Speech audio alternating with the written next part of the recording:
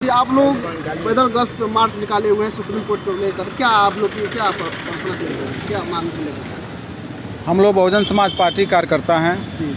माननीय बहन जी का आदेश और निर्देश है कि 21 तारीख को भारत बंद करके जो माननीय सुप्रीम कोर्ट ने अनुसूचित जाति और अनुसूचित जनजाति में उप वर्गीकरण करके और इस देश में भाईचारा को ख़त्म करना चाहता है और सीधे मुंह कह लिया जाए तो आरक्षण को ख़त्म करना चाहता है। ये आरएसएस और भारतीय जनता पार्टी की एक सोची समझी साजिश है। आरएसएस और भारतीय जनता पार्टी जब देखे हैं कि हम दलित समाज के लोगों से अपनी मांग को नहीं मनवा सकते, तो ये सुप्रीम कोर्ट का सहारा लेकर के और दलितों के साथ कुठाराघात कर रहे हैं। उनके आरक्षण को ख़त्म करने का प्रयास किया जा रहा है। हम लोग जब तक ये डॉक्टर बाबा साहब अम्बेडकर 1932 में कैमरल अवार्ड के तहत हम लोगों को जो आरक्षण उन्होंने दिया, इस आरक्षण को भारतीय जनता पार्टी, आरएसएस, जनसंघ ये लोग सब खत्म करना चाहते हैं। इसमें अन्य जो अम्बेडकरवाद की जो पार्टियां हैं उसका सपोर्ट कर रही हैं, बाकी जो पार्टियां हैं इसका विरोध कर रही हैं। अंदर खाने से सारे लोग एक साथ मिले हुए हैं। माननीय बहन जी हम लोगों के नेता हैं। माननीय बहन जी उन्होंने कहा कि शांतिपूर्ण ढंग से सौहार्द भाईचारा बना करके आप लोग 21 तारीख को माननीय राष्ट्रपति महोदया को अपना ज्ञापन दीजिएगा और ये मांग हम लोगों का रहेगा कि हम लोगों का आरक्षण का जो श्रेणी है उसको 9वीं सूची में जारी किया जाए। धन्यवाद।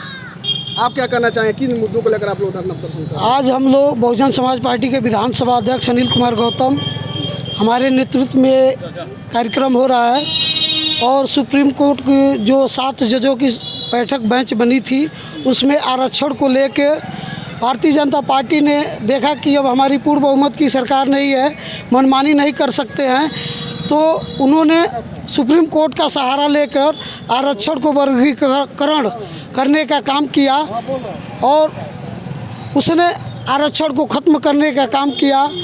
ये माननीय बहन जी जब इस घटना को सुनी तो उन्होंने कई बार ट्वीट की माननीय प्रधानमंत्री नरेंद्र मोदी जी को, राष्ट्रपति जी को, और उन्होंने कहा कि ये जो निर्णय लिया गया है सुप्रीम कोर्ट अपनी बातों को वापस ले।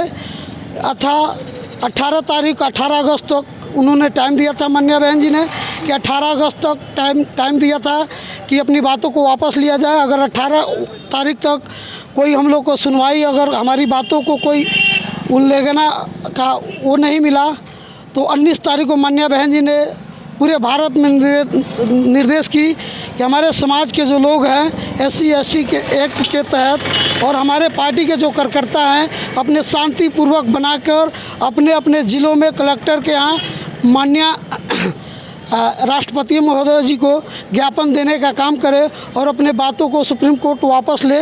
इन्हीं चंद शब्दों के बाद मैं अपनी धन्यवाद। आप क्या कहना चाहेंगे इस बात? जब तक हम लोग हक अधिकार वापस अगर को देने के लिए तैयार नहीं होती है तब तक हम धरना प्रदर्शन लेकर आमरण अनशन जितना भी प्रदर्शन होगा उतना अपनी जान की बाजी लगा देने को उनको वापस लेना पड़ेगा, क्योंकि हमारा हक अधिकार है, इसी के बदौलत जीते हैं। नहीं तो हम लोग का जीने यहाँ पर जीने दुनिया वाले लोग नहीं देंगे। और क्या ये पार्टी वाले मिलजुल करके RSS और BJP वाले हम लोग हक को खा रहे हैं सर।